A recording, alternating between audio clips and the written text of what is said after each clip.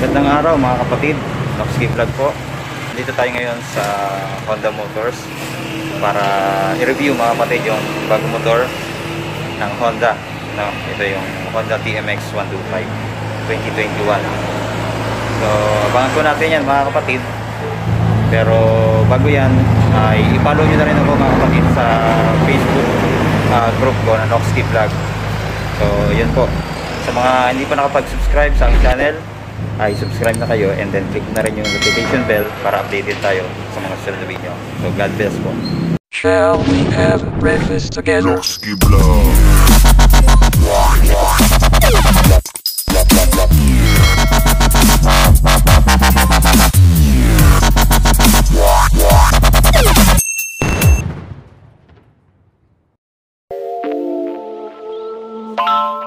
Feel me. Feel me.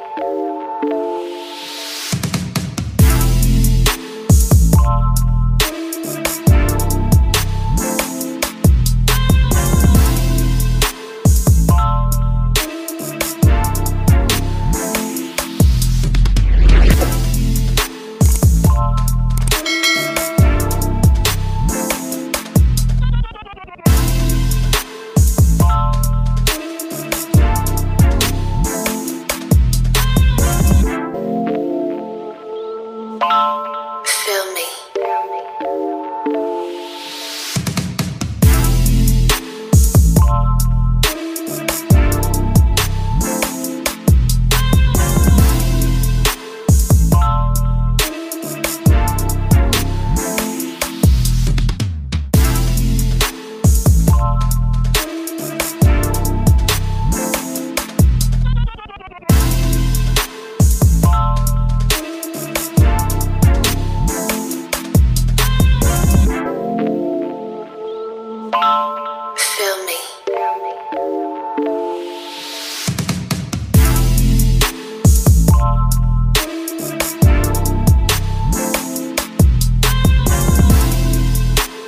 So ito po mga kapatid yung Honda TMX 125 na 2021 version mga kapatid na.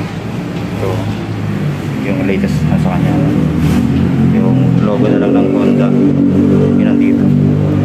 Yan, tapos nandito na yung TMX nya 125CX. Yan. So mas may latest pa dito mga kapatid yung matte version nila. So ito na natin. So ito yung mga kapatid na. So makita natin matte gray, tapos yung logo ng Honda dito na kulay black. Ayan. Then 125cc. Ayan. Tapos Euro 3 na siya mga kapatid. Then inyong kanyang makina, may electric starter din mga kapatid.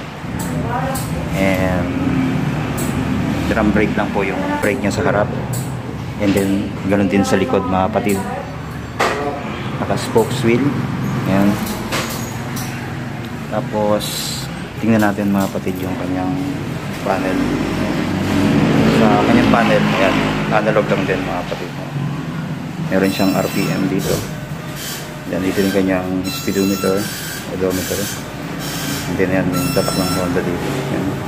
Tapos yung neutral, then signal light,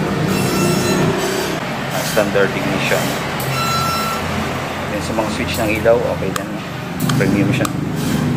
Ayan. Then turn signal light, kusina, then yung clutch nya, okay din. So wala siyang fast switch na. Then dito electric start, then yung throttle nya, so okay din, malambot. And then yung preno sa harap, okay din. Yan po. Sa kanyang headlight ay ito, salamin po ito mga kapatid, no? And then halogen bulb pa po yung kanyang headlight. Pero nasa atin na lang mga kapatid kung gusto nating i-modify. Ganon din yung signal light nya, halogen pa rin yan. Yan. Tapos meron ditong logo ng Honda, no? Yan. Ano na to, signature logo na to mga kapatid sa TMX. Yung dating TMX na 155, meron din ito mga kapatid noon. hanggang ngayon mga kapatid hindi nila tinatanggal yung ganitong design. So okay yan mga kapatid. Tapos naka telescopic port. Yun yung fender niya sa harap. Okay din, no? Kulay gray din siya, glossy gray. Then yung kanyang gulong, ang size nito mga kapatid ay 250 by 18 kanyang gulong sa harap. Then ang kanyang shifting ay 5 speed. Ayan. Puro sa harap lang mga kapatid. Pwede yung putik sa driver, so gumalang siya, no? Then meron pa rin side stand. Ito yung center stand nya. Okay din. Then yung putik sa angkas. Ayan, goma, pero napiflip naman. And then sa likod, ang gulong nito ay 2.75 by 18. So size 18 po mga kapatid. So konti lang yung nilaki niya sa harap, no? Yan, naka-spoke wheels. Yan. Then ito kanyang grab bar. Yan. Okay din, no? So ito signature design na rin to ng TMX, no? Hanggang noon saka ngayon ganoon pa rin yan design niya. Then yung kanyang taillight. So halogen bulb pa po. Then yung fender niya sa likod ay glossy gray. Then yan po yung kanyang tambucho, no? Ayan. Matte black yung paint dito. Tapos glossy gray yung cover niya dito. Meron pa rin kickstart. Tapos ito yung kanyang preno sa likod. Okay din. Ayan. Carburetor type. Pero Euro 3 na siya. Kaya matipid na sa gas mga kapatid. Yan. Sa upuan, so okay din, malambot. Ganda yung quality. So yan po mga kapatid, kung nais nyo mag-avail ng Honda TMX 125, yan ay available po dito sa Honda Motors Florida Blanca, Pampanga.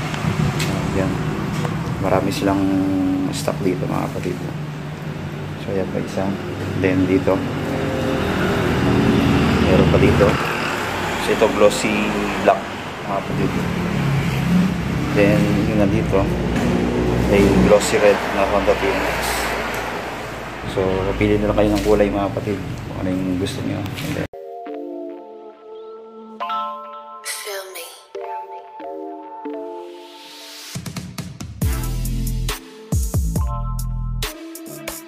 So ito mga kapatid, pag kumuha tayo mga kapatid ng Honda TMX 125, so may promo sila ngayon na tricycle kit promo.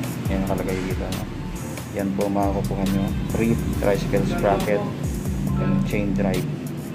So yan po, pwede po nyo ma-avail yan mga kapatid pag kumuha kayo ng TMX 125 dito sa Honda Motors, no?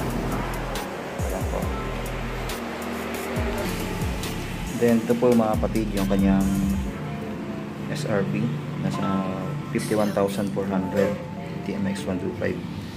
And then ang down payment ay 1,990. 3 years ay may monthly siya na 2,870. Sa unang taon meron siyang rebate na 300. Then sa second year ay 200. And then sa third year ay 100 pesos.